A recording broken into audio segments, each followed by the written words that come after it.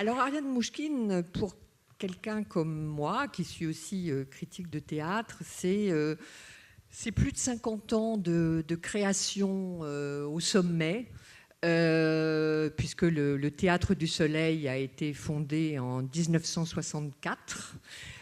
Donc ça fait 54 ans qu'on est enchanté par des spectacles qui non seulement racontent l'aujourd'hui, prennent parti pour le présent, nous racontent notre monde, s'engagent pour notre monde, nous le font voir différemment, autrement, nous incitent à y réfléchir, mais jamais dans le réalisme, toujours dans la beauté du théâtre, toujours dans le décalage.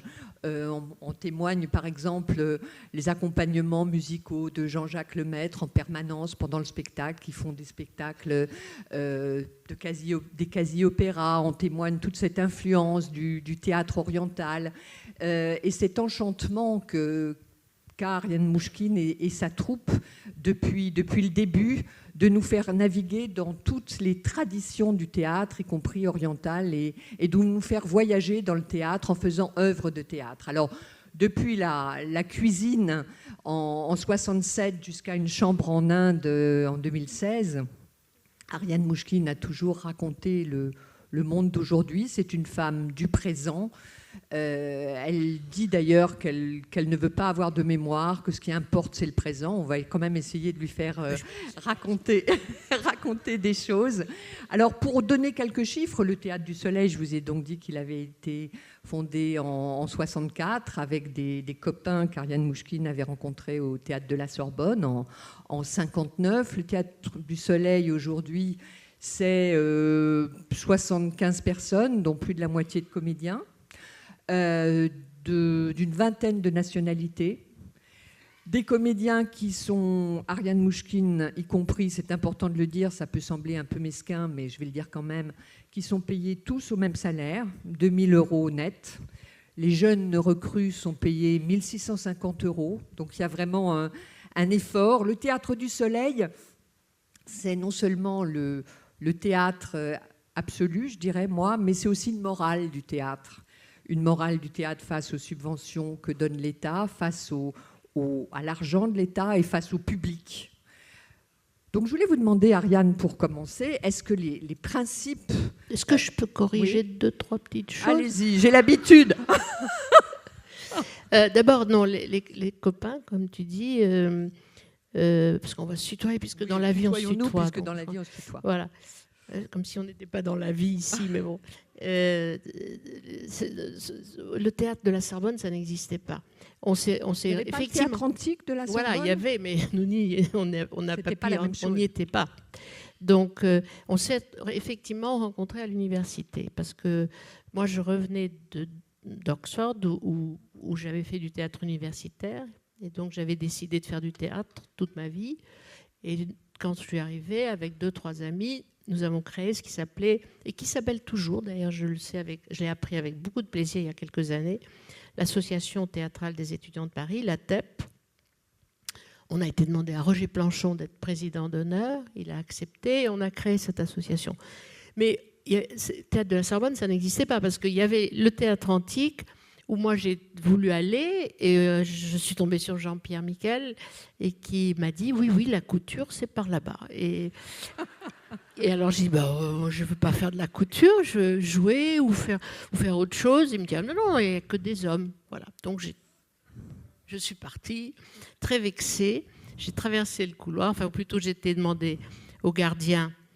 Je raconte toujours cette histoire parce que je la trouve tellement symbolique de la différence de l'époque à maintenant. Je suis descendue, j'ai été demandé au gardien de la Sorbonne s'il n'y avait pas une salle de libre pour y fonder une association. Il a regardé sur son tableau, il y avait des clés, il a me dit ouais voilà cette salle-là, tout là-haut. Je suis remontée, il y avait une énorme salle et j'avais la clé de cette salle que le gardien, sans demander l'autorisation à sa hiérarchie pendant des semaines, avait pu me donner. Et là est né, au fond, ce qui ensuite est devenu le Théâtre du Soleil, c'est-à-dire la TEP, comme on disait. Voilà. Et donc, je voulais corriger ça. Qu'est-ce qui t'avait donné le virus à Oxford de l'envie de parce théâtre? que j'étais partie à Oxford pendant 1 an parce que mon père avait eu cette formidable idée de m'envoyer là-bas pour y fignoler mon anglais. Ta mère était anglaise? Ma mère était anglaise, oui. Et je me suis dit, bon, si je ne fais que de l'anglais, je vais m'ennuyer. Et donc, j'ai découvert qu'il y avait deux très bonnes organisations de théâtre là-bas, une assez classique, qui était le OUDS, Oxford University Dramatic Society, et puis une troupe plus expérimentale. Je me suis inscrite aux deux et j'ai commencé à faire ce que font les étudiants anglais, c'est-à-dire tout, les accessoires, les duels, la couture aussi, la cuisine, bref, tout. Et un jour, en sortant d'une répétition de Coriolan, voilà, je me suis dit, voilà, je vais faire ça. Je ne savais pas si j'allais jouer ou faire voilà, des décors ou des accessoires. Et qu'est-ce qui s'était passé? C'était Ken Loach qui dirigeait Non, ce n'est pas Ken Loach. Ken Loach, il était dans un autre spectacle. J'ai joué avec lui. Mais non, c'était Anthony Page qui dirigeait, qui dirige toujours, d'ailleurs, dans des théâtres à Londres. Je crois que ce qui s'est passé, c'est j'ai eu un coup de foudre. C'est-à-dire, j'ai senti que cette surréalité-là, c'est-à-dire ce royaume qui était à ce moment-là la scène du Playhouse à Oxford, cette petite scène de pas grand-chose. J'avais passé la journée entière à vivre autre chose que... je ne sais pas, Fabienne, je ne sais pas ce que c'est que de découvrir une vocation. Enfin, je sais que ça m'est arrivé et je sais ma chance. Je sais la chance que j'ai eue à 18 ans, enfin 18 ans et demi, de décider ce que j'allais faire de ma vie. Il y a beaucoup de jeunes qui n'ont pas cette chance et qui doivent attendre plus longtemps pour comprendre ce pourquoi ils sont faits. Parce que je pense qu'on est fait pour quelque chose. Et parfois, probablement, les circonstances font, on n'a pas un père qui vous envoie à Oxford, ou on n'a pas... Et il n'y en a pas ce genre d'opportunité, comme on dit, de chance, et on passe à côté de soi-même pendant de nombreuses années. Et au fond, moi, je suis passée à côté de moi-même pendant une adolescence difficile, mais là, tout d'un coup, je crois que j'ai vu mon île. J'ai vu... Mais le fait que ta mère soit comédienne et d'une grande lignée Ma mère de comédiens... n'était pas comédienne. Pas comédienne du tout? Mais c'est 3 fois que tu fais cette erreur. Mais j'étais sûre qu'elle était comédienne. Mais pas du tout, c'est sa sœur qui était comédienne. Et son père? Et son père, oui. Son père. Donc tu baignais... Et le fait... Mais curieusement, c'est quelque chose, ça doit être psychanalytique d'ailleurs, hein, c'est quelque chose que j'ai complètement oublié ça pendant un moment. J'ai complètement oublié qu'une partie de ma famille faisait du théâtre. Mais vraiment, je l'ai oublié comme... psychanalytiquement, je l'ai oublié. Et c'est venu un petit peu plus tard. Voilà. C'est revenu. L'influence du père, grand producteur de cinéma, Alexandre Mouchkine, ça a été important oui, je pense. Mais je pense que, quoi que j'en dise, je pense que la famille de ma mère était importante aussi, je crois. Mais non, mon père a été très important parce qu'effectivement, d'abord, il a fait ce qu'un bon père fait, c'est-à-dire il m'a autorisé, voilà, il m'a même s'il n'était pas très content d'ailleurs que je fasse du théâtre, parce que bon, voilà, les pères ne sont jamais contents qu'on fasse un métier risqué, mais il m'a non seulement jamais empêché, mais il m'a aidé.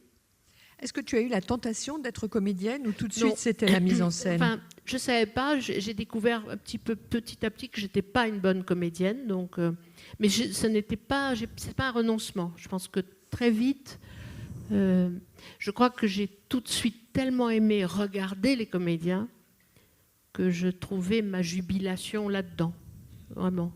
J'ai la crédulité placée différemment que celle des grands comédiens. Voilà, les grands comédiens ont un art de la crédulité ici. Et moi, je pense que j'ai cet art de la crédulité, mais là. Et que ma crédulité là est plus utile que ma mauvaise crédulité ici. Ça veut dire que tu crois tout ce qu'ils font? Quel genre de... Oui, je crois. Pourquoi tu aimes les comédiens? Qu'est-ce qu'il y a ça de magique pour toi? J'aime les comédiens et comédiennes parce qu'ils sont courageux. D'abord parce qu'ils sont courageux. Voilà. Je trouve que les comédiens, déjà, c'est tellement courageux. Et parce que ce sont des grands j'aime leur imagination. Et c'est vrai que leur crédulité en scène, je parle des vrais comédiens, mais leur crédulité est invraisemblable, est incroyable. Dans une répétition, il croit quelqu'un qui a autant l'air de Richard II qu'un radis, et il le croit. Voilà. Et grâce au fait qu'il le croit, ce jeune comédien qui n'y est encore pas du tout, peu à peu, il devient Richard II parce qu'il est cru.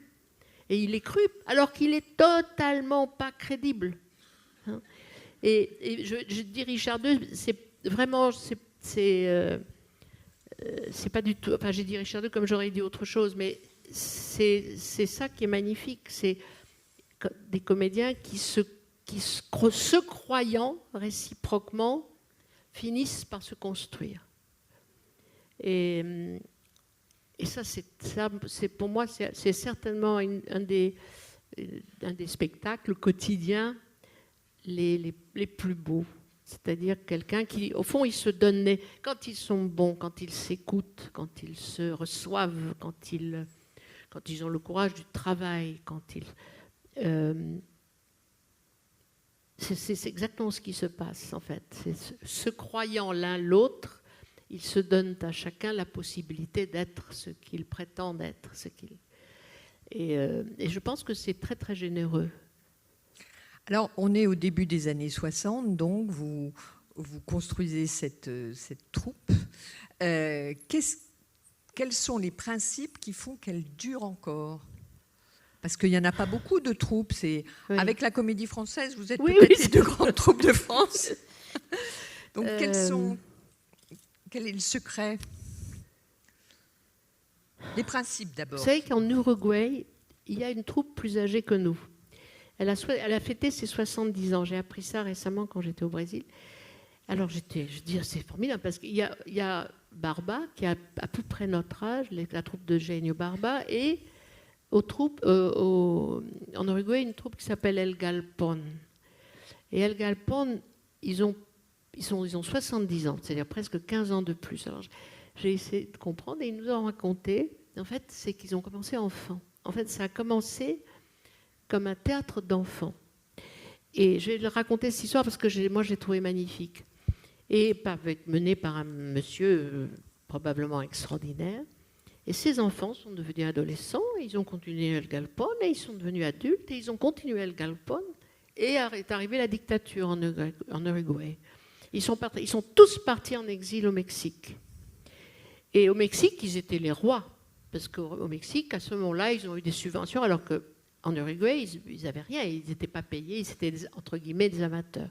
Ils sont restés 10 ans au Mexique, et quand la dictature est tombée en Uruguay, ils ont décidé de revenir. Et pour vous dire quand même l'importance qu'ils avaient en Uruguay, quand ils sont arrivés à l'aéroport, à Montevideo, normalement, il faut 20 minutes. Il fallait à l'époque 20 minutes pour aller de l'aéroport à Montevideo. Et ils ont mis 5 heures. 5 heures, tellement la foule qui les attendait était dense et empêchait leur voiture d'arriver.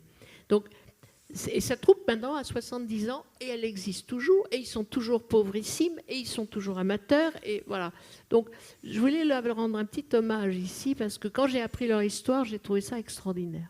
Voilà. Alors c'est la force, pour revenir au soleil, c'est la force du collectif. Non mais c'est pas ça, je te dirais c'est global ce que tu viens au fond. Je pense que peut-être il y a quand même certains principes. Alors lesquels ? Je pense que l'égalité de salaire, qui n'est pas totalement juste, mais qui est probablement le moins injuste. Pas juste pour les anciens, par exemple. Non, mais bon, il y a des petits... Les anciens sont reconnus comme tels. Il y a des petits privilèges pour les anciens. Je veux dire, on leur donne une chaise. Non, mais bon, les anciens sont reconnus. Je veux dire, il y a des voilà. Mais l'égalité de salaire, Tu as dit aussi que les stagiaires étaient payés à mi-temps. C'est vrai, jusqu'au moment où ils sont sur scène. Hein. Là, tout le monde est payé pareil. Je pense que ça a été très important. Toi y compris. Oui, je pense que ça a été très important. Très important. Moi, Jean-Jacques, tout le monde. C'est très important. Ce n'est pas la seule chose. Mais alors, on a eu de la chance aussi, Fabienne. Je pense qu'on a beaucoup travaillé. Il n'y a pas que de la chance. Ce serait démagogique de dire ça. Il y a beaucoup de travail. Beaucoup de travail. Voilà. Mais un travail... Il y a Pardon. Et je pense quand même, je voudrais parler de la chance, parce que la chance, c'est des gens. Quand nous sommes nés, c'est-à-dire en 64, on ne nous disait pas, la première chose qu'on nous disait n'était pas « Ah là là, mais il y a trop de spectacles. Oh là là, mais vous êtes trop nombreux. » On ne nous disait pas ça. Il y avait des gens qui étaient, au contraire, assignés à parcourir les banlieues, les provinces, pour trouver des gens qui pouvaient, densifier un petit peu le paysage théâtral. Hein, donc on était attendus. Il y a moins d'appétit du côté des institutions publiques pour les jeunes talents. Bon, je ne dis pas moins d'appétit, mais il y a moins de désintéressement. Voilà. Je pense qu'on nous attendait, aussi petits que nous étions, on était scrutés. En fait, les gens avaient envie. Les gens avaient envie que nous naissions. Quand je dis les gens, c'est nos aînés qui n'avaient pas peur de nous, nos aînés et les quelques institutions. Voilà. Et donc, je pense qu'ils avaient envie de voir des jeunes troupes. Voilà. La troupe, d'abord, n'était pas une malédiction. Enfin, ça commençait déjà. Hein, on commençait déjà à me dire, oui, mais une troupe... bon. Donc, je pense qu'on a eu de la chance. Je pense qu'on a eu des anges, des bonnes fées qui se sont penchés sur nos berceaux. Je pense qu'il y avait des gens qui avaient tracé la route pour nous, des gens comme Jean Villard qui avaient tracé la route pour nous. Il y a eu Paul Piot, son bras droit. Il y a eu Paolo Grassi du Piccolo qui n'avait qu'une seule envie, c'est que des gens naissent. Hein. Ils avaient... donc, moi, je sais, comment dire ? Oui, je sais que j'ai eu de la chance. Je sais que j'ai eu des gens qui non seulement m'ont aidé, mais oui, plus qu'aidé. Parce que le regard était... Pardon, je vous regarde déjà, mais pardon. Excusez-moi. Parce que c'est très large ici. Et le fait de partager toutes les tâches communes, on a beaucoup dit qu'au Soleil, il fallait faire la cuisine, il fallait faire le ménage, il fallait s'occuper de tout. Ce qui m'étonne, c'est qu'on l'ait tellement dit, parce que ça se faisait pas tellement ailleurs. Oui, mais bon, peut-être parce que les comédiens, à un moment donné, étaient devenus aussi... Il y a quand même un don de soi absolu. Oui, il y a un don de soi. Voilà, peut-être que tu l'as dit. Voilà. Et peut-être qu'au fond, les gens qui viennent au Soleil sont des gens qui sont capables de ce don de soi et qui ont envie de cela. C'est peut-être aussi une façon de... oui, c'est vrai. Après tout, faire du théâtre, ce n'est pas d'office appartenir à une nomenclature. Ce n'est pas d'office appartenir à... comment dire, soit ce n'est ni... En plus, les termes sont très, très traîtres, parce que j'allais dire, ce n'est pas se fonctionnariser. Mais c'est méchant pour les fonctionnaires de dire ça. Donc je retire ce terme. Ce n'est pas se bureaucratiser, disons.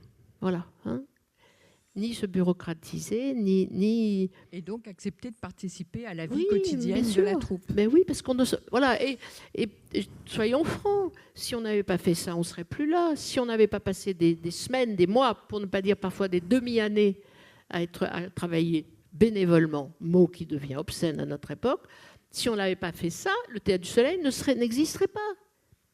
On serait mort. Si aujourd'hui, en ce moment, là où je suis maintenant, il n'y avait pas des gens qui restent bien au-delà de leurs heures de travail pour travailler, on serait mort. Soyons francs. Et quand je dis ça, je dois dire que je rends hommage à tous ceux qui sont plus au Théâtre du Soleil parfois, qui sont partis vivre leur vie ailleurs et qui ont donné des mois, des semaines, des mois, des années où ils ont travaillé bien plus que, mais beaucoup plus que les conventions collectives ne les y auraient autorisés, soyons clairs. J'avoue. Voilà. Tu les as un peu exploités. Voilà. Alors, ce qui est bien, c'est qu'au début, c'est ce qu'on disait. Hein, au début, jusqu'au jour où, dans un débat très politique à propos d'une grève ou je ne sais pas quoi, tout d'un coup, un jeune homme s'est levé et m'a dit « Oui, mais vous, au Théâtre du Soleil, les comédiens sont privilégiés. » Je dis « Ah !» Voilà. Alors, là, je me souviendrai de ce que tu as dit. Hein, c'est-à-dire, on est passé de ça à ça. C'est-à-dire, on s'exploitait nous-mêmes parce qu'on travaillait trop et puis après, on était privilégiés parce qu'on travaillait beaucoup. Voilà. Donc, il faut savoir. Hein. Alors, il y a eu beaucoup de créations. Non, mais pardon, si tu veux, je voudrais insister sur ce point parce que je ne sais pas s'il y a dans la salle des jeunes comédiens. Mais bien sûr que c'est à cause de ça que le Théâtre du Soleil existe encore. Bien sûr. C'est parce qu'il y a eu des gens qui ne voulaient pas arrêter de travailler jusqu'à ce qu'on ait trouvé.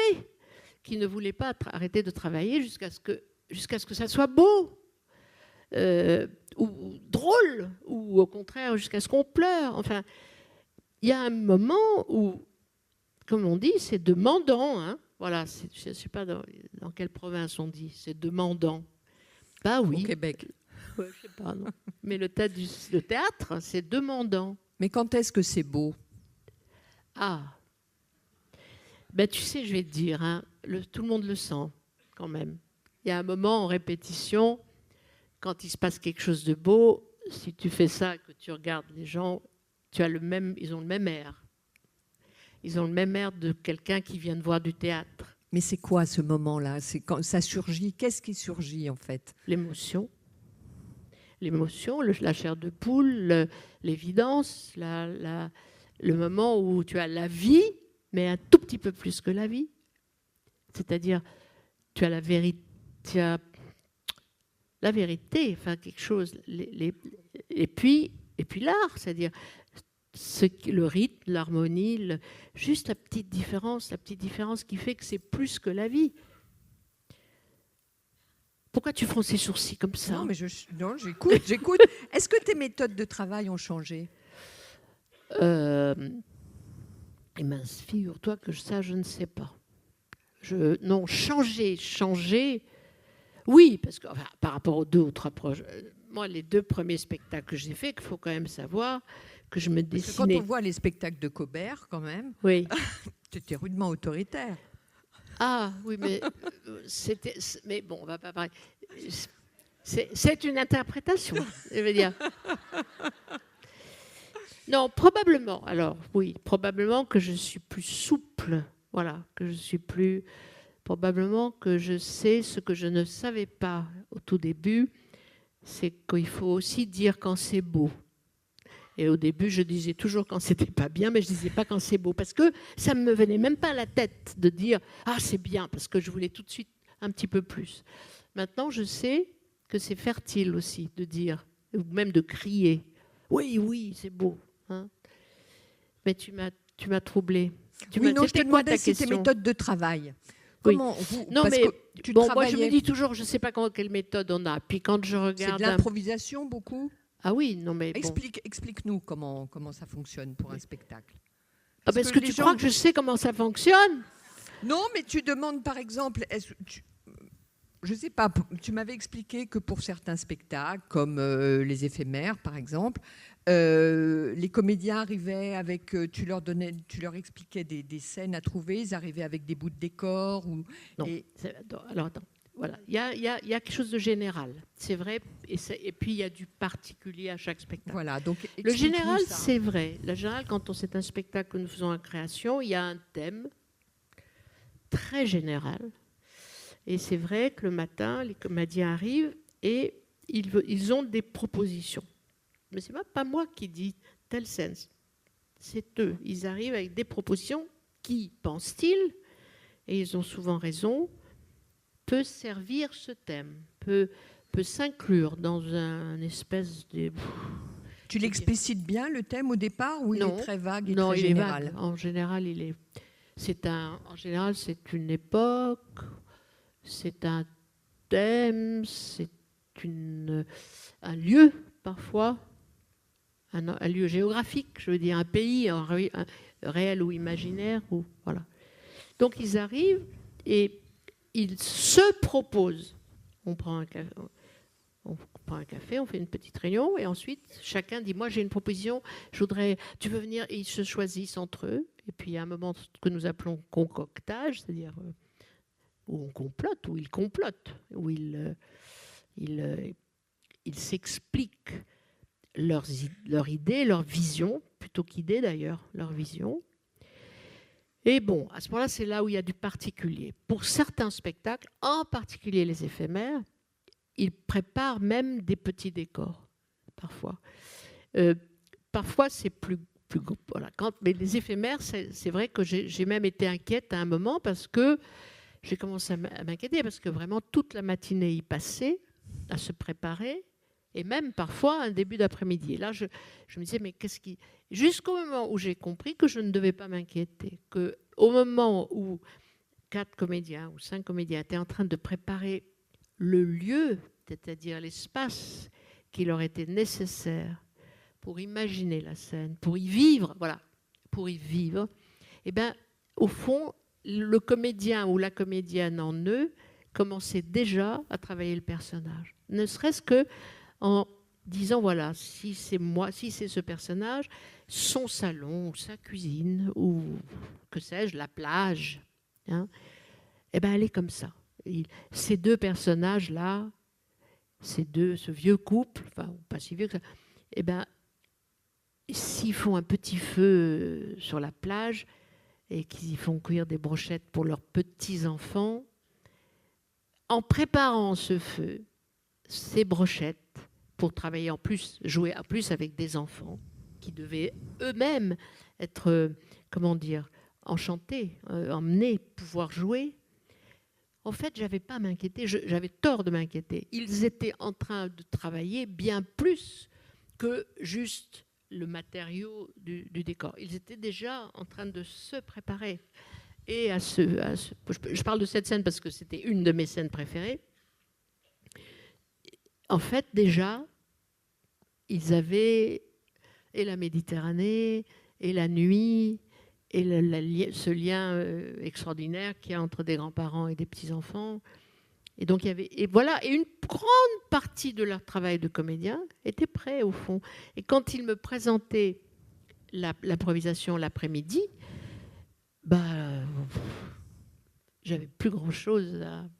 J'avais, parfois, mais pour certains, je n'avais vraiment plus grand-chose à dire, au fond. Hein, c'est-à-dire, j'avais à dire, bon, peut-être attention à la fin de cette impro, oui, peut-être là, tu as un peu trop parlé, mais je n'avais à dire que, oui, c'est extraordinaire. Mais alors après, comment tu orchestres? Alors, après, il y a un moment mystérieux. Oui, on filme tout. Pourquoi on filme tout? Ça fait des heures à regarder après, non? Oui, ça fait des heures à regarder, mais c'est surtout des repères. Hein, c'est-à-dire que quand on ne filme pas une improvisation, on retrouve les mots. On peut même retrouver les déplacements, mais on ne sait plus qu'est-ce qui a provoqué quoi. On ne sait plus d'où est venue cette phrase. Alors du coup, on l'anticipe. Et on a perdu, et c'est très difficile à retrouver, on a perdu l'émotion, la réaction. Qu'est-ce qui a fait que j'ai dit? Tu vois, pourquoi a-t-elle dit ça? Elle a dit ça parce qu'à ce moment-là, lui était là et pas là. Enfin bref, c'est très bien. Mais c'est un travail énorme après. Alors, mais je t'ai dit qu'il y avait beaucoup de travail. Parce qu'il y a des heures et des heures d'improvisation et tu choisis après et tu construis à partir des improvisations qui te semblent bonnes. Il y a un moment je dirais, qui appartient, je dirais, quasi exclusivement aux comédiens, qui est le moment le plus important, enfin vraiment, et où moi je les aide, voilà, au moment où je les aide, où j'essaie d'ouvrir le maximum d'espace pour eux, ou de temps, voilà, j'envoie des images, je les aide, mais ça pousse vraiment de leur imagination ou de leur vécu et d'un mélange d'imagination ou de vécu. Le dernier Caravansérail, c'était oui, pareil. Ou du vécu et ça, nous entamons quelque chose d'important, c'est-à-dire ou du vécu de quelqu'un d'autre. Hein. C'est-à-dire que dans les éphémères, certaines scènes ne racontaient pas le vécu des comédiens qui interprétaient cette scène, mais le vécu d'autres comédiens, ou même de moi, ou voilà. Et dans Caravansérail, encore plus. C'était arriver à vivre le vécu d'un réfugié ou d'une réfugiée afghane. Voilà. Bon. Donc il y a ça. Et puis après, effectivement, on se retrouve avec, 80 scènes qui ont toutes des qualités. Après, alors à ce moment-là, effectivement, ça devient plus moi qui mène, voilà, qui sur la construction, voilà. Donc à un moment, ça devient un peu mystérieux pour eux. Ce qui est mystérieux pour moi au début devient un petit peu mystérieux pour eux. C'est un petit peu ça. Et comment alors ça, c'est pour les créations collectives. Parce que tu alternes création collective et grand texte. Donc oui. On a eu ces formidables Shakespeare dans les années 80, les Atrides dans les années 90, Macbeth encore récemment. Et là, tu as une méthode aussi. Il y a plusieurs comédiens qui répètent les mêmes scènes. Non, c'est-à-dire, il y a une permission, et je pense même que ça répondrait aussi à ta question. Je pense que c'est une des raisons. Attention à la caméra, il faut qu'elle te voie. Oui, mais c'est les gens, les caméras, ça m'est égal. Bon, comment te dire, je pense que ça répond aussi à la question pourquoi ça dure. Je pense que le fait que les comédiens savent qu'au fond, au début d'un spectacle, tout est ouvert et qu'ils peuvent proposer tous les rôles. Ça compte. Même si... C'est cruel aussi, non ? Ah, parce que tu crois que c'est pas plus cruel de savoir que tu peux pas essayer ? Oui, mais quand tu as beaucoup répété un grand premier rôle et puis qu'après c'est quelqu'un d'autre qui l'a, ça doit oui, être c'est dur cruel. Aussi. Mais quand tu l'as jamais, tu vois, c'est-à-dire c'est quand aussi tu n'as jamais eu cruel. La chance. Mais voilà, donc je pense que oui, bien sûr qu'il y a des moments cruels quand deux comédiens au coude à coude comme ça ont apporté d'ailleurs tous les deux des choses formidables et qu'à un moment donné il y a une évidence qui est que c'est lui quand même. Mais d'abord, ça aurait été pareil ici 2 ans. Et puis, il a, ce comédien qui est distancé, il a quand même beaucoup enrichi le rôle. Et quand même, il n'est pas jeté à la rue, hein, il fait un autre rôle. Bon, donc, c'est pas... Ariane, j'évoquais tout à l'heure l'influence du théâtre oriental, qui est quand même une ça, nous, on va reparler de ça. Non, mais j'aimerais bien que tu expliques pourquoi ça t'a tellement nourri. Comme Artaud, comme d'autres, bien entendu, mais qu'est-ce qu'il y a de si inspirateur ? Écoute, ça, je pense qu'il y a des affinités aussi. Hein. Chacun, on a nos planètes, nos continents. Moi, c'est l'Asie et je crois que ça l'a toujours été. Et puis, l'Europe aussi d'ailleurs. Tu avais fait un grand voyage, jeune fille, en Asie, avant de te lancer dans le théâtre. Oui. On savait déjà qu'on allait faire le Théâtre du Soleil, mais je suis un peu... Bon. C'est les techniques de l'acteur ? Non, en tout cas, c'est pas technique. C'est l'art de l'acteur, oui. Je pense que l'Asie est un immense conservatoire des arts de l'acteur. Nous, en Europe, on a la dramaturgie, on a les textes. Eux, ils ont quelques grandes épopées, mais ils ont surtout des grammaires, des grammaires d'acteurs, Mais explique-nous ce que c'est qu'une grammaire d'acteur. Alors, moi, c'est difficile à expliquer d'abord, mais j'essaie toujours d'expliquer qu'ils ont des symptomatiques. Voilà. L'art de l'acteur, c'est quand même quelqu'un qui sait montrer des symptômes, hein, qui trouve les symptômes de la maladie de son âme, c'est-à-dire de ses passions. Quand j'ai commencé à faire du théâtre, disons qu'en Europe, le théâtre était ce qu'on appelle très psychologique. C'était même assez bien défini par Copo, qui disait, en se moquant, sur les affiches, on devrait écrire « La pièce sera récitée par cœur, debout et en costume ». Voilà. Donc c'était un peu ça quand même. Hein. Et il y avait des gens comme Brecht, comme Lecoq, hein, qui savait bien que l'art de l'acteur, c'est tout autre chose et qu'il y a un instrument très important pour l'acteur, pour ne pas dire vital, et qui est son corps. Et chaque partie de son corps. Et que c'est l'outil, la voix faisant partie du corps. Hein, que je sache, c'est émis par le corps, la voix, pas par le cerveau. Hein. Le cerveau, il y a sa part, mais c'est le corps. Donc ça, les acteurs orientaux, ils le savent. Et donc, au fond, si tu regardes des grands textes théâtraux, tu vois, enfin, les grands traités sur le théâtre, tu vois que ce que je trouve extraordinaire, c'est que les acteurs orientaux cherchent des symptômes physiques à toutes les passions humaines, toutes les passions qu'ils ont à exprimer dans les Mahabharata ou le Ramayana, enfin, ou dans les quelques grandes épopées qu'ils jouent. C'est une symptomatique. Il faut trouver le symptôme. Non seulement il faut aller chercher la passion, mais même une passion qui était éructée comme ça et qui sort informe, mot forme, hein, informe d'un jeune acteur, d'une jeune actrice, encore faut-il qu'il apprenne après à la mettre en forme. Bon, et ça, il faut dire que les théâtres orientaux sont, ce que je disais au début, sont des conservatoires de ça. Donc c'est ça aussi, c'est-à-dire que même dans les éphémères, dont le jeu est tout sauf oriental apparemment, quand on avait des blocages, enfin quand tout d'un coup on trouvait rien, moi ou les acteurs, on se disait tout le temps, bon alors, imaginons, ça devrait être joué, si c'était joué au kabuki ou si c'était joué dans un théâtre baliné, comment ce serait? Pourquoi on faisait ça? Pour se forcer, au fond, à s'exposer. Voilà, à s'exposer, c'est-à-dire à sortir en pleine lumière et cesser de croire qu'en se parlant à soi-même, on arrive à jouer. C'est pas tout à fait ça. Hein. Même Tchekhov, même les choses les jeux les plus délicats, les plus, transparents, nécessitent, et c'est pour ça que les comédiens sont courageux, nécessitent une exposition. Tu laisses rentrer le public dans toi.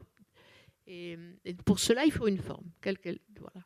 Et donc, l'Orient, les théâtres asiatiques, moi, en tout cas, ça a été mon école d'art dramatique avec un passage déterminant chez Lecoq, parce que lui savait ça. Et il était. Dis-nous qui est Lecoq. Jacques Lecoq a été le grand pédagogue pour moi du XXe siècle. Le travail du masque en plus. Il a introduit le travail du masque, pas seulement, il a introduit le travail avec la musique, il a rappelé à tous les comédiens, tous les jeunes comédiens européens qui étaient encore dans le blabla, que le blabla ne leur apporterait pas grand-chose et qu'il fallait qu'ils osent mettre leur corps en jeu et que c'était leur corps l'instrument. Et donc, ça a été un pédagogue extraordinaire et j'ai eu la chance non pas de suivre tous ses cours malheureusement, mais de faire de grands stages avec lui. Et moi, et donc, je revenais de mon voyage en Orient où j'avais été prise en 63. Hein. Oui. Et 63, 64, voilà. Enfin, début 64. J'ai terminé juste avant de créer le Théâtre du Soleil. Et quand j'ai commencé avec Lecoq, donc j'allais chez Lecoq la journée et je transmettais le soir aux comédiens du Soleil. Il m'expliquait ce que j'avais vu, reçu, qui m'avait bouleversé, mais que je n'avais pas analysé. Et lui, il avait fait ce travail d'analyse et il le donnait à ses élèves. Et voilà, donc c'est aussi une des personnes à qui je dois beaucoup. Alors, on a vu que tu faisais un théâtre qui tenait compte des problèmes du présent, des grandes interrogations, que tu montes aussi Shakespeare, les grands textes historiques, les textes fondateurs d'Échille et Euripide. L'histoire, c'est important pour toi au théâtre? La vocation. Ah oui, moi je pense que tout grand théâtre est historique. Enfin, Qu'est-ce que tu entends par là? Racine, c'est pas du grand théâtre alors. Mais quand même, franchement, c'est politique aussi. Oui, c'est ce que j'allais dire.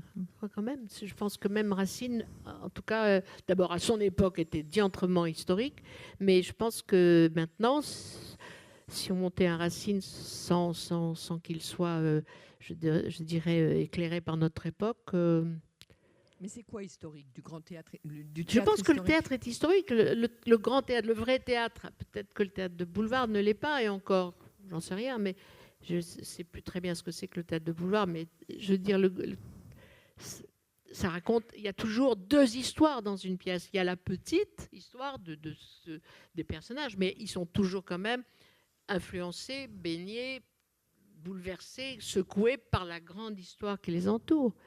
Quand tu as Shakespeare, c'est pas juste. L'histoire est plus grande que chacun des personnages. Roméo et Juliette, ce n'est pas que l'histoire de Roméo et Juliette. Tu vois, c'est aussi l'histoire des aides historiques, des guerres, etc. Donc c'est toujours historique, je trouve, plus ou moins, mais plutôt plus que moins. Est-ce que tu te réclames toujours du théâtre populaire? Ah bah oui. Bah oui, moi je pense, enfin, si j'osais, sur notre fronton, on a mis à la cartoucherie, il y a liberté, égalité, fraternité. Voilà, parce que je nous considère comme étant un bâtiment. Le drapeau bleu, blanc, rouge. Il y a toujours le drapeau français et le drapeau tibétain. Même si le drapeau tibétain, où est-ce qu'ils sont les miens? Il faut qu'on en achète un parce qu'il se déchire plus facilement et parce qu'il est très compliqué, le drapeau tibétain. Donc, pourquoi tu as choisi le drapeau tibétain, pour ceux qui ne le sauraient pas? Parce que moi, je pense que quelque part dans le monde, il faut que ce drapeau flotte. Voilà. Pourquoi? Parce que c'est un pays menacé? C'est pas un pays menacé, c'est un pays détruit, massacré. Voilà, donc il faut savoir il faut se rappeler que le Tibet existe. Mais oui, bien sûr qu'il y a le drapeau bleu, blanc, rouge. Vous croyez toujours quand même pas qu'on va laisser le drapeau bleu, blanc, rouge à Marine Le Pen quand même. Donc liberté, égalité. Donc voilà. Voilà. Non, moi j'aime tous les drapeaux. Vous savez, un drapeau a toujours traversé beaucoup de périodes. Il n'y a pas de drapeau entièrement sans tache, hein, mais voilà, c'est notre drapeau et voilà, il est sur notre et c'est un bâtiment public. Voilà. Nous, on considère que le Théâtre du Soleil, la cartoucherie, ça s'appelle ce qu'on appelait un bâtiment public. Donc il y a notre devise et le drapeau. Et j'avoue que si j'osais, je mettrais bien théâtre populaire. Voilà. Mais ce serait un peu. Pourquoi tu n'oses pas? Parce que ce serait se flatter, je ne sais pas. Donc je ne le fais pas. Mais bien sûr que je nous considère, c'est pas que je nous considère comme un théâtre populaire. Et bien sûr. Alors, c'est quoi le théâtre populaire en 2018 par rapport à Villars, par exemple? D'abord. Est-ce que ça a changé?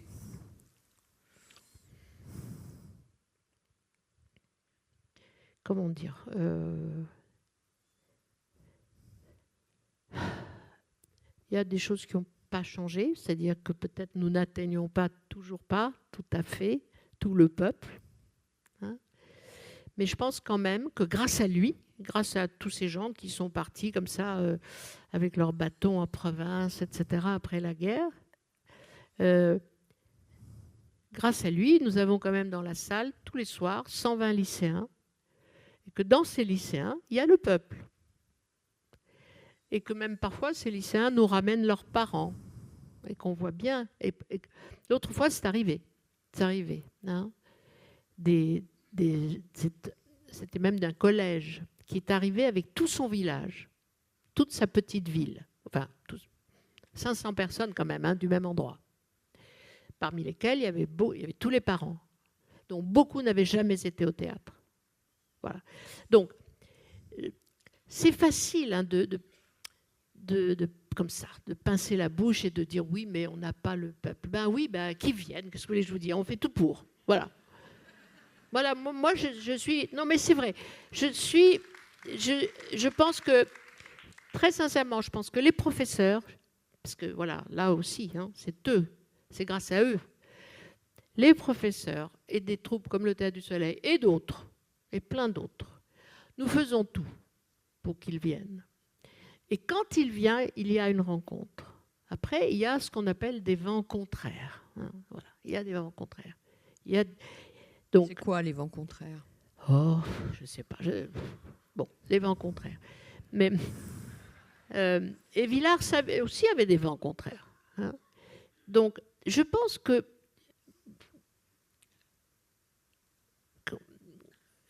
qu'il y a une lignée, je pense qu'il y a une politique, je pense qu'il y a une tentative depuis 1945. Hein, ça fait donc 80 ans, presque, pas tout à fait 80 ans. Il y a quelque chose en France qui se passe, qui s'est passé, qui a des hauts et des bas, qui n'est pas...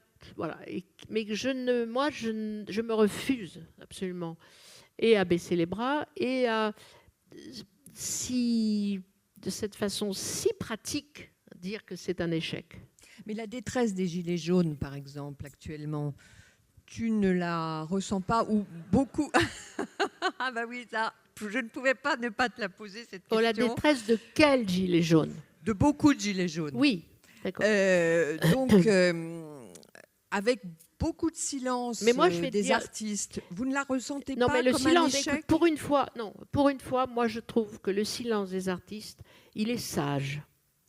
Parce qu'autrement, je trouve que devant un phénomène aussi complexe, aussi difficile à analyser, avec un mélange des genres tel, je pense que les artistes nous dirions beaucoup de bêtises et que le peu qui ont parlé ont dit des bêtises. Donc, je pense que tu devrais au contraire saluer, en l'occurrence, notre attente. Je vais te dire, moi, je n'ai pas dit grand-chose, parce qu'avant de dire quelque chose, je veux bien comprendre à qui je m'adresse. Voilà. Et pour l'instant, quand je vois les images... Tu t'adresses à des gens... non, mais laisse-moi te répondre. Non. Je ne suis pas tout à fait sur telle longueur d'onde. Je pense qu'il y a, dans les Gilets jaunes, il y a deux faces. Il y en a, voilà. Nous avons effectivement, probablement, une grande partie du peuple, des peuples de France. Voilà. Moi, je veux savoir de qui je vais être solidaire. Je ne serai pas solidaire de ceux qui ont appelé la police quand ils ont trouvé des migrants dans un camion. Voilà. Je ne serai pas solidaire. Voilà. Je ne serai pas solidaire de ceux... Voilà. Je serai solidaire de ceux qui manifestent pour pouvoir vivre et pour rappeler à notre président de la République qu'il était temps, il est peut-être plus temps maintenant, mais il était temps qu'il avance sa jambe gauche. Hein ? Voilà. Voilà. Donc de cela, je serai solidaire. Encore faut-il que j'arrive à les discerner. Hein ?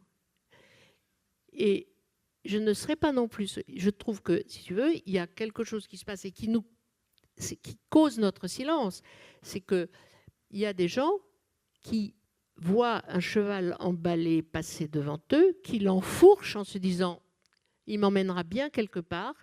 Et on est devant quelque chose quand même de dangereux. Donc, pour l'instant, ne nous demande pas de parler.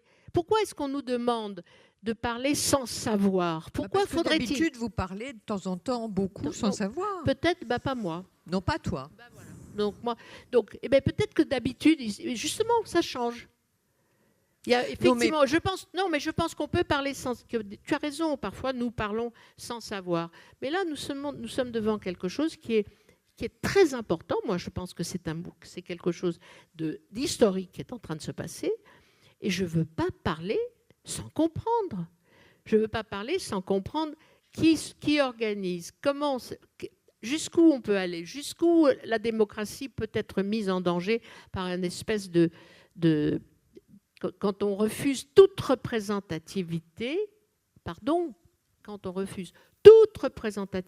y compris de leur côté, moi, j'ai besoin de réfléchir, Fabienne. J'ai besoin de réfléchir parce que ça peut mener à un désastre aussi.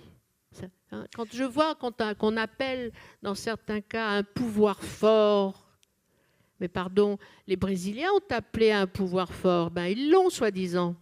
Ils vont l'avoir le 1er janvier. Donc, je me méfie. Voilà, je veux comprendre. Tu me reproches mon silence. Je te réponds par non. C'est plus une sorte, excuse-moi, mais c'est une sorte d'humilité. Je ne vais pas parler sans bien comprendre qu'est-ce qui peut advenir de beau et de positif pour la France et pour la France et l'Europe, hein, parce que moi c'est l'Europe que je sens menacée. Donc qu'est-ce qui peut arriver de beau de ce mouvement? Et il peut arriver le meilleur, il peut aussi arriver le pire. Donc je me méfie. Non, mais moi ce que je voulais signifier, ce que je voulais interroger aussi, c'était peut-être un certain échec, puisque c'est des gens qui viennent de la France profonde, où on a un réseau culturel que l'Europe nous envie. Est-ce qu'il n'y a pas un certain échec quand même de la démocratisation culturelle, là? Moi, j'ai vu des gens qui parlaient, justement, parmi ceux dont je me sens solidaire, dans la télévision, comme vous tous. Hein. J'ai vu des gens dont je sais qu'ils auraient pu être dans notre salle. Voilà. Je sais qu'il y a des gens du public du Théâtre du Soleil qui sont parmi les Gilets jaunes. Donc, le Télérama aussi. Hein. Voilà, donc tu vois, alors c'est l'échec de Télérama aussi. Alors, non. Donc, non, mais je veux dire, moi je pense qu'en ce moment, c'est plutôt l'échec de la politique pour l'instant. Voilà, c'est l'échec de la politique. Mais je me sens pas, je vais pas commencer à me flageller en me disant les Gilets jaunes sont dans la rue, c'est la faute du Théâtre du Soleil. Écoutez, franchement... Madame Pasco. Mais c'est peut-être bien qu'il soit dans la rue aussi, Madame Moucheline, qui avait toujours été engagée. Mais je ne dis pas que c'est pas bien que certains... Je comprends, mais quand même, tu vas pas être dans la rue. Il y a, comme on dit, il y a être dans la rue et il y a être dans la rue. Ce que nous avons vu samedi, c'est pas seulement être dans la rue. C'est pas être dans la rue. C'est pas seulement ça. Alors justement... Voilà, c'est tout. Donc je pense qu'il y a Je pense qu'il y a certains gilets jaunes qui, d'ailleurs, commencent à le faire, hein, mais qui doivent s'éloigner de la violence. Je pense qu'ils doivent d'ailleurs, d'après le peu qu'on en sait, enfin le peu que j'en sais, ils doivent être très divisés sur ce sujet. Alors toi qui es une artiste engagée, Ariane, parce que... J'ai pas envie qu'on tue un flic, Fabienne. Voilà. Ah non, et j'ai pas envie que le flic tue... Voilà. Non, mais puisque quand même, on est là, on parle confortablement dans ce théâtre, à l'abri, il fait chaud. Tu vois, j'ai pas envie alors qu'il y a des appels au meurtre de flics, j'ai pas envie qu'on tue un flic. Et j'ai pas envie que les flics en tuent quelqu'un. Donc, et c'est ça qui est en jeu. Pardon, mais on parle de ça, là. On parle il y a eu des blessés très graves, on parle de ça. C'est, en mai 68, du fait des flics, il y a eu un mort, Pierre Auvernay. Là, il n'y en a pas eu encore. Moi, je ne veux pas qu'il y en ait, parce que, je veux dire, donc on parle de ça, on parle d'une rue qui peut être meurtrière et on ne sait même pas encore du fait de qui. Quand même, les gilets jaunes, ils ont quand même des couleurs de jaune différentes. Hein. Pardon, c'est des jaunes vifs ou des jaunes pâquerettes, mais ce n'est pas les mêmes. Donc, non, la prudence pour moi, la prudence intellectuelle, parfois, on peut avoir des mots qui sont des bombes. Donc, je veux pas. Alors, toi qui est toujours une artiste engagée, hein, on a évoqué depuis la fin de la guerre d'Algérie, pour les artistes avec la fondation de l'Aïda en 1979, il y a eu les grèves de la faim pour la Bosnie, il y a eu quantité de choses, les réfugiés, enfin, quantité de choses. Ton engagement aujourd'hui, c'est quoi ton engagement? Est-ce que ça a un sens encore? Oui, moi je pense que ça a un sens, mais c'est vrai que le monde est devenu extrêmement compliqué. Hein. Bon, ça c'est une chose. Alors il se simplifie, mais en ce moment, d'une certaine façon, et d'une façon horrible. Hein, il se simplifie parce que tout d'un coup, il y a Trump, il y a Erdogan, il y a Poutine, il y a Bolsonaro au Brésil. Voilà. Et ça se simplifie parce que pour l'instant, les démons commencent à être aux manettes dans beaucoup d'endroits. Voilà. Curieusement, c'est terrible. Et en même temps,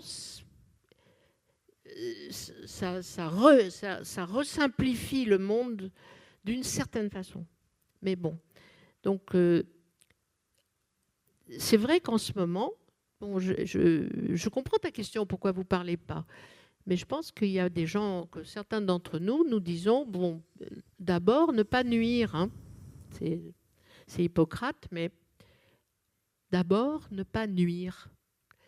Et quelquefois, pour ne pas nuire, ça veut dire attendre un peu avant de parler. Voilà. Donc, tu as pris Pardon ? Vas-y. Non, mais je voulais te dire, tu as pris la parole dans Télérama, d'ailleurs, et oui. je te remercie, à propos de Kanata, qui va se créer à la cartoucherie, dans la mise en scène de Robert Lepage, et ça commence le 15 septembre. Alors là, le 15 décembre, excusez-moi, jusqu'à la fin février, qui est une épopée, une histoire du Canada. En fait, bon, déjà, le malentendu était là. Hein, ça n'était jamais une histoire du Canada. Mais bon, et donc, c'est pas une histoire du Canada. C'est quelque chose qui se passe au Canada.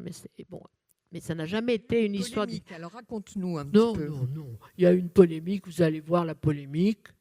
Moi, je ne vais pas relancer la polémique. J'ai répondu à l'interview très, très stimulante de Joël Gaillot dans ton journal.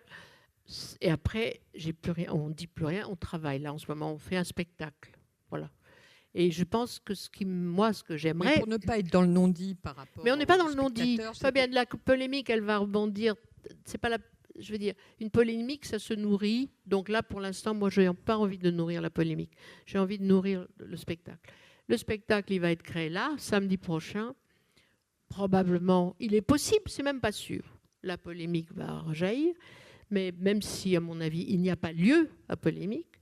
Mais voilà, donc moi, je pense que, tu comprends, une polémique, ça n'est pas une conversation. Une polémique, c'est chacun qui crie plus fort l'un que l'autre. Il n'y a pas... Moi, je préférais qu'autour de Kanata, il y ait vraiment des interrogations, des conversations, parce que même débat maintenant, ça ne veut même plus dire conversation. Hein. Débat, ça veut dire on parle l'un après l'autre sans s'écouter et sans même avoir que pour objectif de convaincre ou d'être convaincu, voilà, d'être changé. Hein. Donc, je ne te parlerai pas de la polémique de Kanata. Venez voir le spectacle. C'est quand même un des plus grands metteurs en scène vivants. Donc, Robert Lepage. Donc voilà.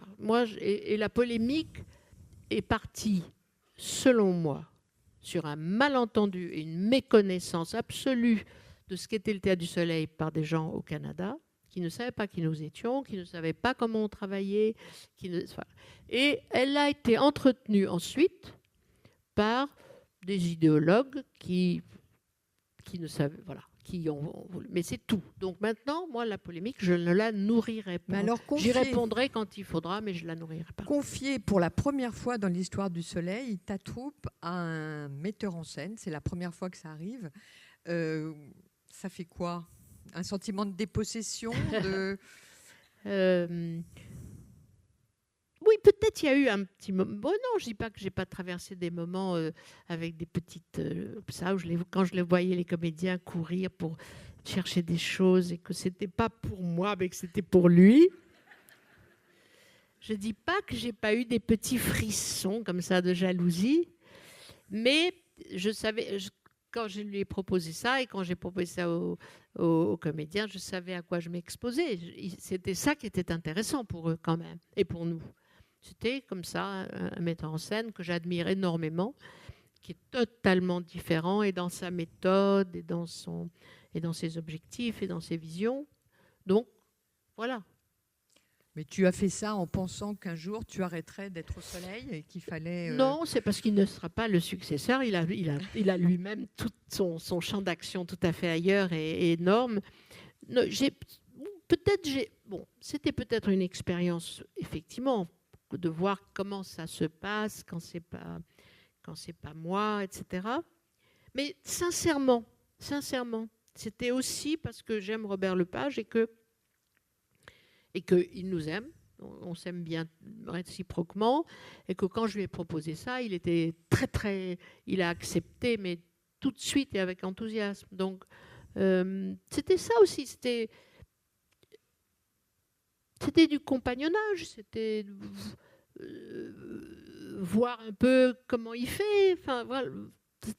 Tu n'arrêteras jamais le soleil. Bah si, un jour. Moi, le soleil, non, mais moi, oui.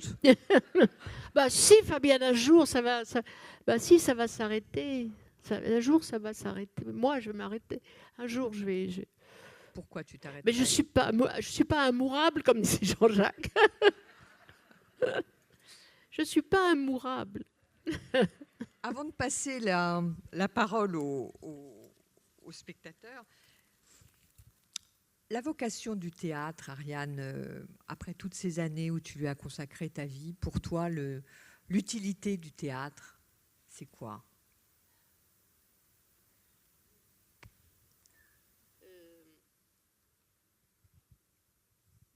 Je sais pas. Moi, quand on nous demande souvent pourquoi vous avez fondé le Théâtre du Soleil, et je réponds toujours parce qu'on voulait être heureux. Hein, c'est-à-dire, pour nous, ça allait être l'aventure de notre vie, ça l'a été. Et on voulait être heureux. Et je pense qu'on a été et qu'on est, malgré même dans des moments terribles qu'on ne décrirait pas comme du bonheur. Hein. Il y a des moments où tout d'un coup, on a l'impression d'être très malheureux. Il y en a eu beaucoup? Oh, ben, ça existe en 54 ans quand même, franchement.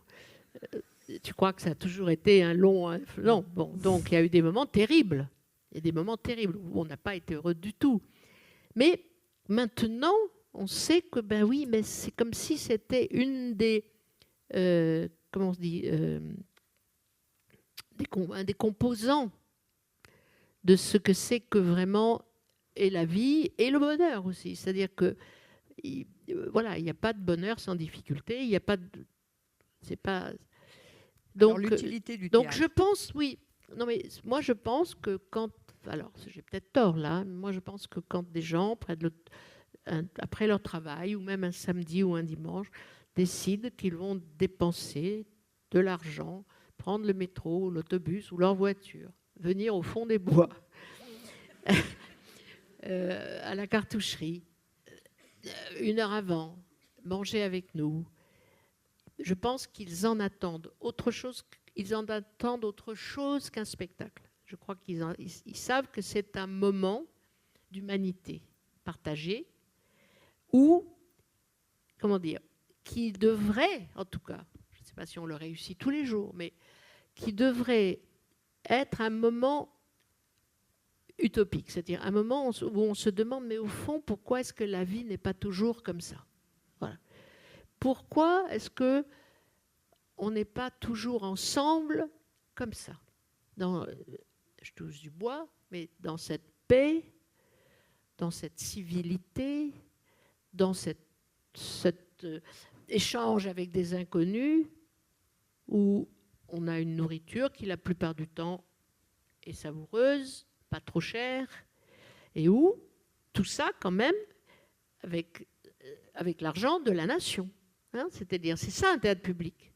Un théâtre public, c'est ce qui permet ça. C'est ce qui permet à des citoyens de passer plusieurs heures, parfois quasiment la journée entière, ensemble, dans un échange, une méditation, une interrogation, un plaisir sensuel devant un spectacle, avec un spectacle, un plaisir intellectuel et sensuel. J'insiste parce que pour moi, il n'y a pas de théâtre populaire, justement, s'il n'y a pas ce plaisir des sens. Hein. Donc, je pense que ce que nous espérons tous les jours quand on ouvre la porte, quand je tape mes coups et que j'ouvre la porte, ce que j'espère, c'est, voilà, il y a 540 personnes, et j'espère qu'une grande partie de ces gens-là vont ressentir un moment de bonheur, de ce qui s'appelle le bonheur, c'est-à-dire où il y a tout, voilà, où il y a des compagnons humains, où ils ont amené où vous avez amené vos enfants, vos petits-enfants, parfois vos arrière-petits-enfants, vos amants, vos amantes, avec qui vous avez envie de partager cet instant de théâtre, de rire, de pleurs. C'est un moment extraordinaire. C'est bien mieux que la messe. Pas forcément, mais... C'est bien mieux... Fabienne, c'est bien mieux que la messe parce que la messe, c'est rarement ça. Franchement, c'est rarement... Ça dépend des paroisses. Non, voilà. Mais il faut un sacré curé quand même pour que ça soit... C'est vrai. Voilà, tu comprends ce que je veux dire? Mais il y en a. Mais il y en a, j'admets. Bon, mais quand même, c'est une sorte de temple, mais c'est un temple laïque d'abord. Ça ne veut pas dire que ce n'est pas un temple spirituel, mais c'est un temple où justement, où il y a une partie de Villard parlait de l'orgasme de la pensée. Hein. Il parlait de ça d'ailleurs pas en représentation, il parlait de ça en répétition. Il disait que parfois il avait de telles joies en répétition et il disait en fait ça s'approche de l'orgasme de la pensée. Mais au fond, moi je pense qu'effectivement il y a de ça dans un moment comme ça de théâtre réussi, si tu veux. Et donc quand je parle de moment, c'est depuis votre arrivée là jusqu'à la fin. Où tu es devant la porte le plus souvent. Oui, et qui doit être un moment où on se dit ben voilà, la cité, cette fameuse cité dont on parle, elle devrait être comme ça tout le temps. Ça devrait être comme ça aussi au travail. Ça devrait être aussi au travail. Aussi au travail. Il devrait y avoir cette recherche d'harmonie, de comment dire. Bien sûr, c'est exigeant, mais une journée au théâtre, pour vous, ce n'est qu'un travail de l'imagination, mais pour nous, c'est énormément de travail. Et pourquoi il y a ce bonheur? Il y a ce bonheur parce qu'il y a une conscience, justement, de comment dire. Voilà, hein, le fameux mot rentabilité. Mais non, mais la rentabilité, elle est totalement affective. Nous sommes heureux parce que, vous savez, qu'on se dit, comment ils sont, hein, c'est comment ça va, et ils sont bien ce soir. En fait, c'est que nous, on est bien aussi. Hein, bon, mais en fait, vous êtes toujours bien. Vous êtes toujours bien parce que vous êtes toujours... Enfin, c'est rarissime. Vraiment, un mauvais public, c'est rarissime. Ça n'existe presque pas. C'est très, très rare que vous soyez vraiment grincheux et mauvais tous dans 540 personnes. C'est pas possible. Voilà. Donc, mais c'est un moment inouï. C'est un moment inouï. Une représentation de théâtre, quand elle est comme elle doit être, c'est un moment inouï. Inouï au XXIe siècle. Et c'est quelque chose qui existe depuis 5000 ans dans certains pays. Hein, cet échange qui était mystique, qui était tout ce que vous voulez. Mais bien sûr, mais au fond, qu'on y croit ou qu'on n'y croit pas, il y a toujours les dieux du théâtre, ils existent. Les dieux du théâtre existent. Voilà.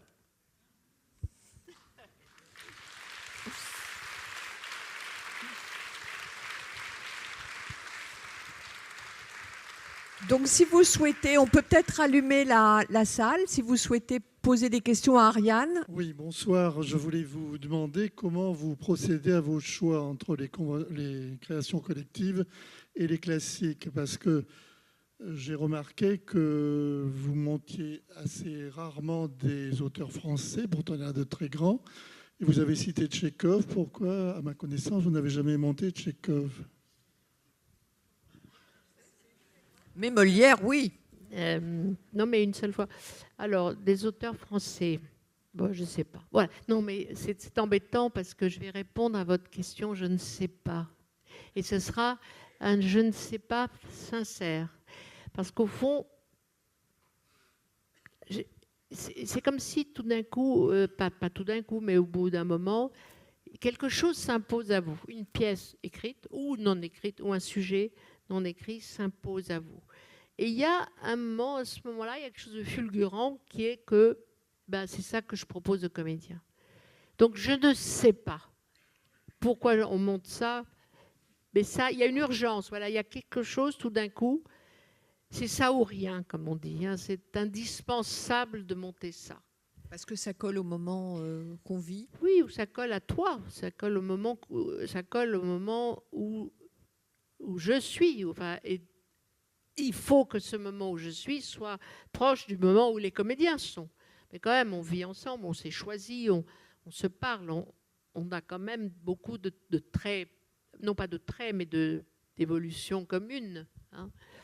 Donc, ça vient dans des moments où on se débat avec la vie, on se débat avec comme on disait, avec le monde, et on se dit peut-être si j'étudie ça, parce que pour faire un spectacle, au fond, il faut beaucoup étudier. On devient un spécialiste très éphémère du sujet qu'on traite.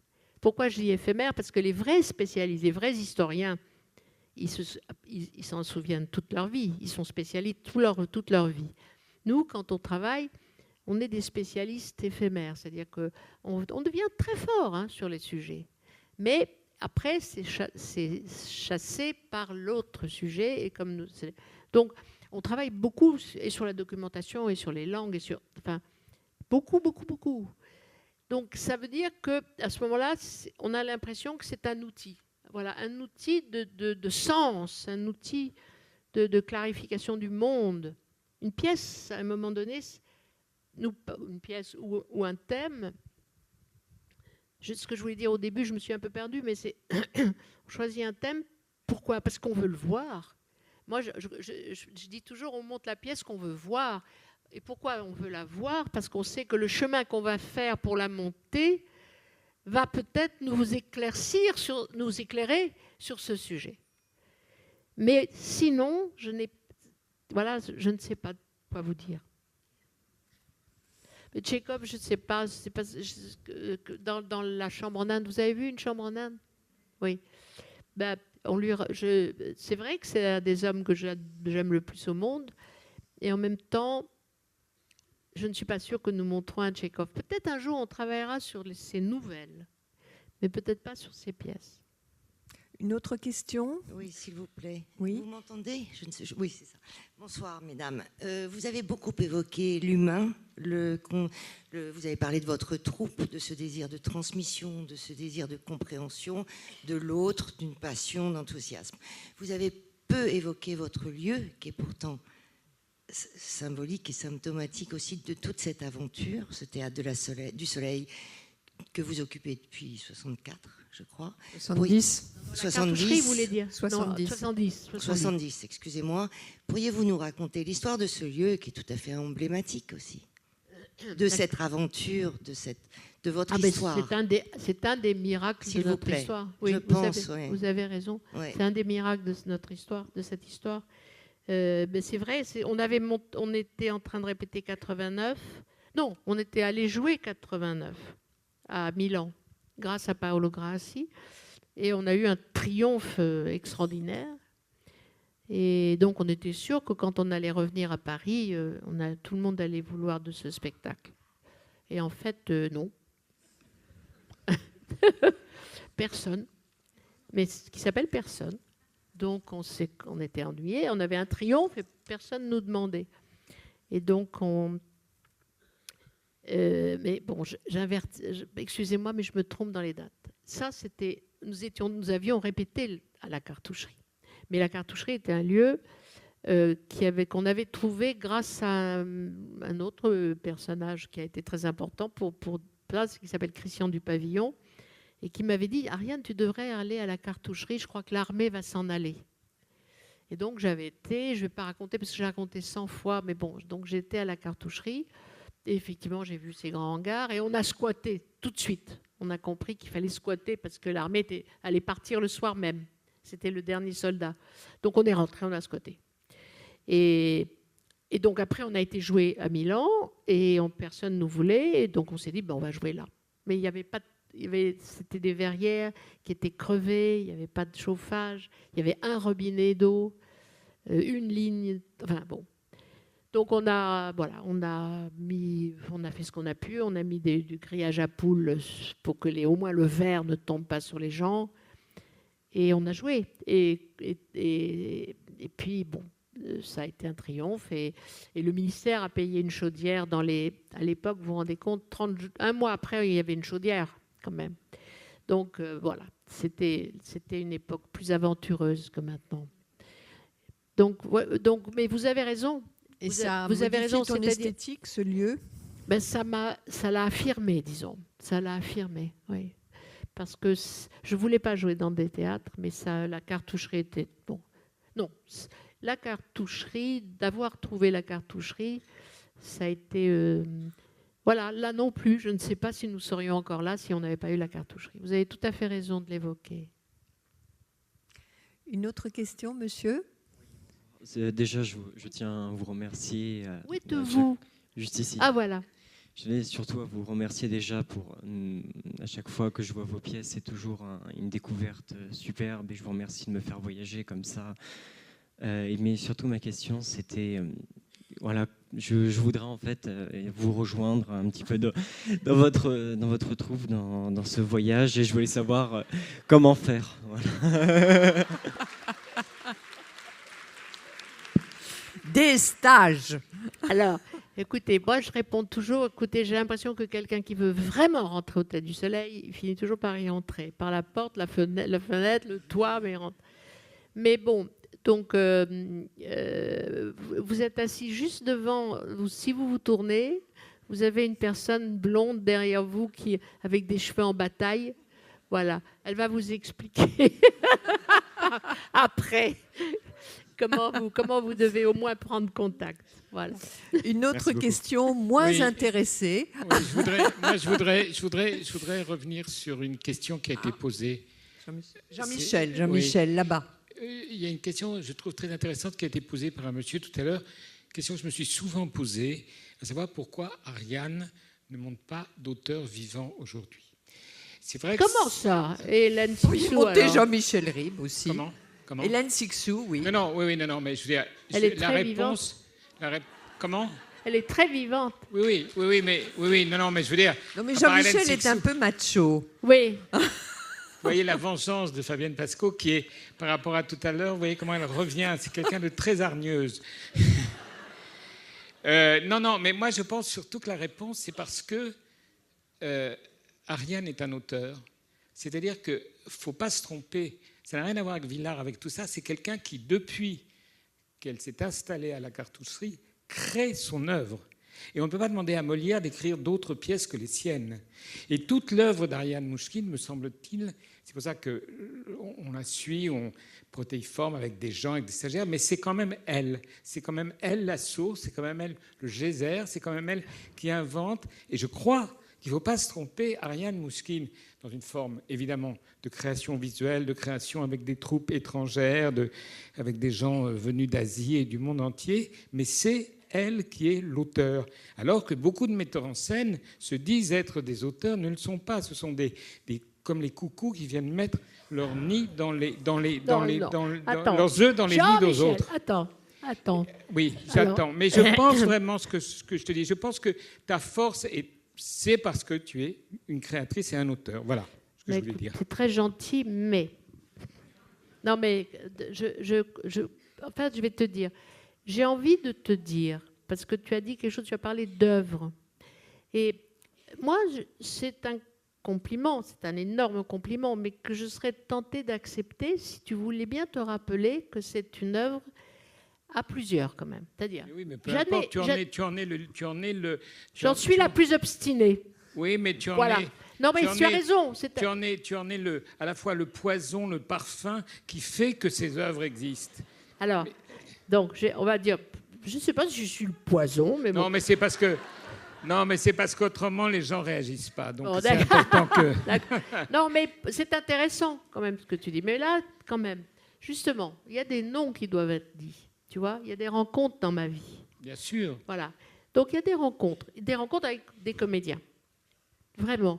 Je me souviens d'une rencontre avec quelqu'un qui comme ça, on avait déjeuné il y a très, très, très, très, très longtemps à Berlin.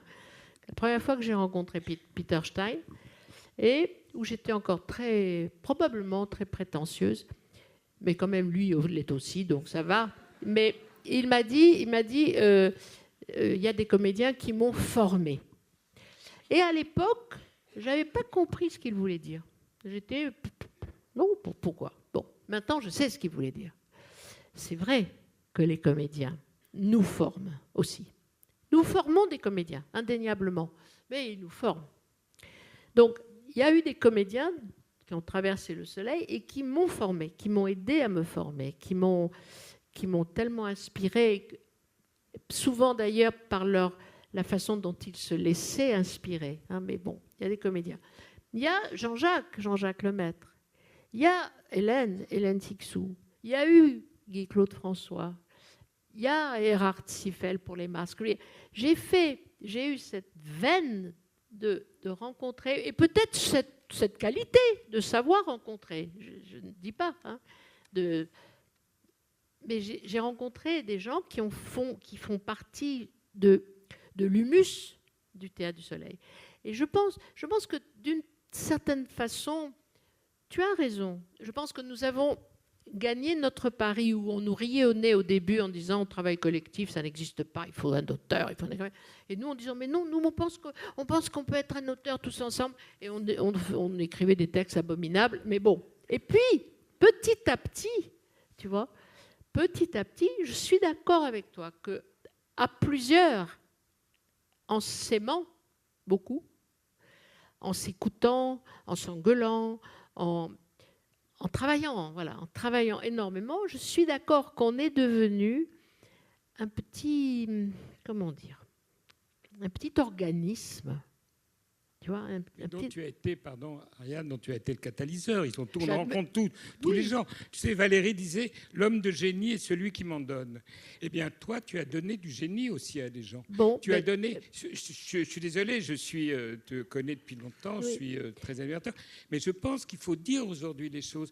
Peu de gens ont été des sources, des éclairages, des espèces qui rendent des ondes comme ça. Évidemment que tu as des gens qui sont...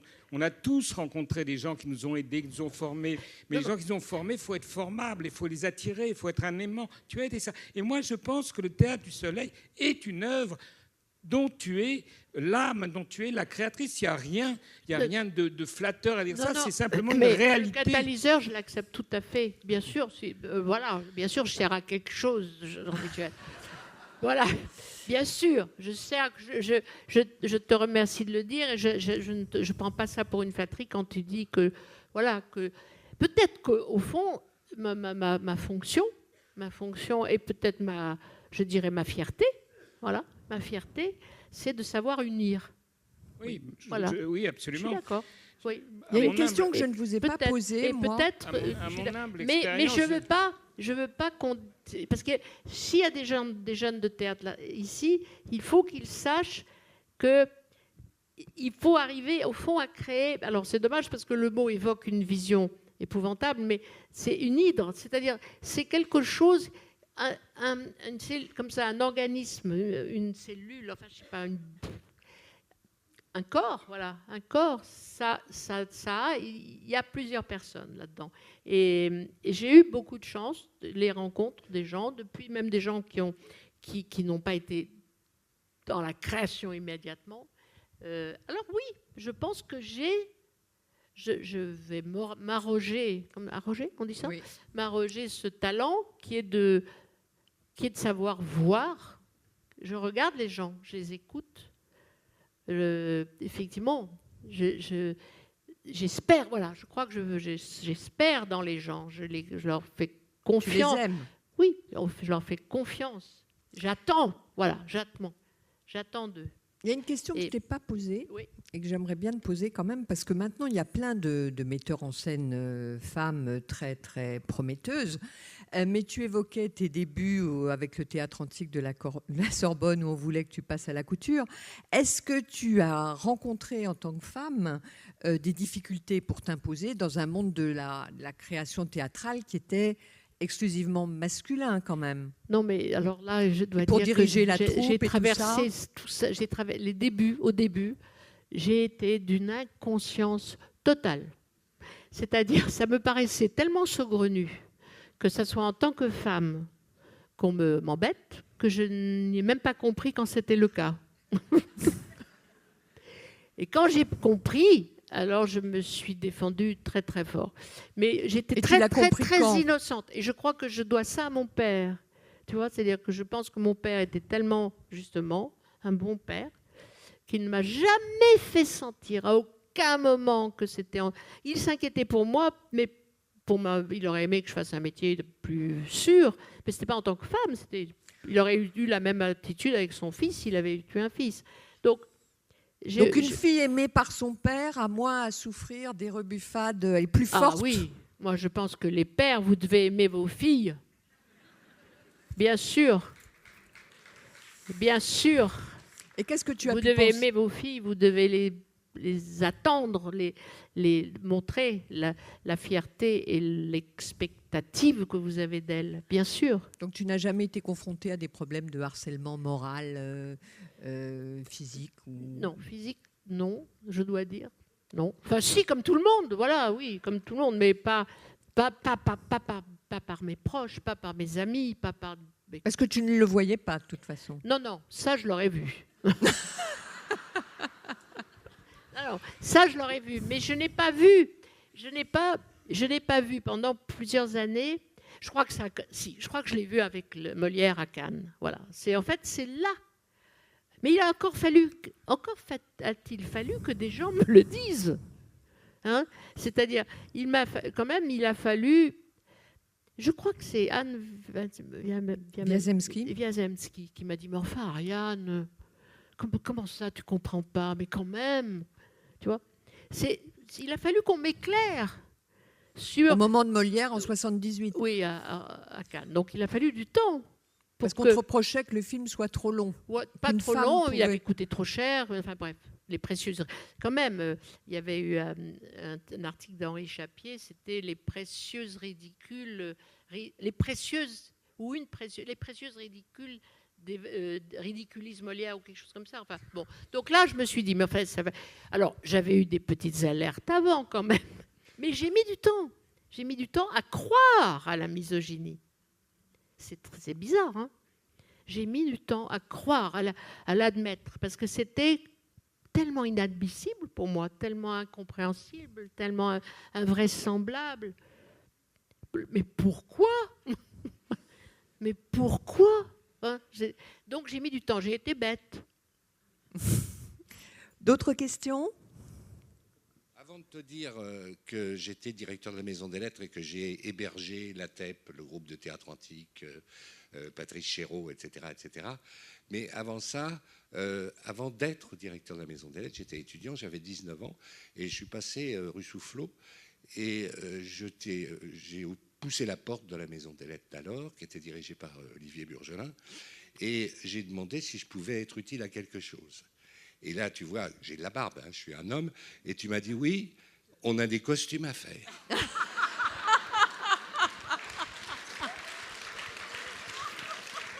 Et j'ai passé pratiquement une nuit, à faire les costumes de Gengis Khan.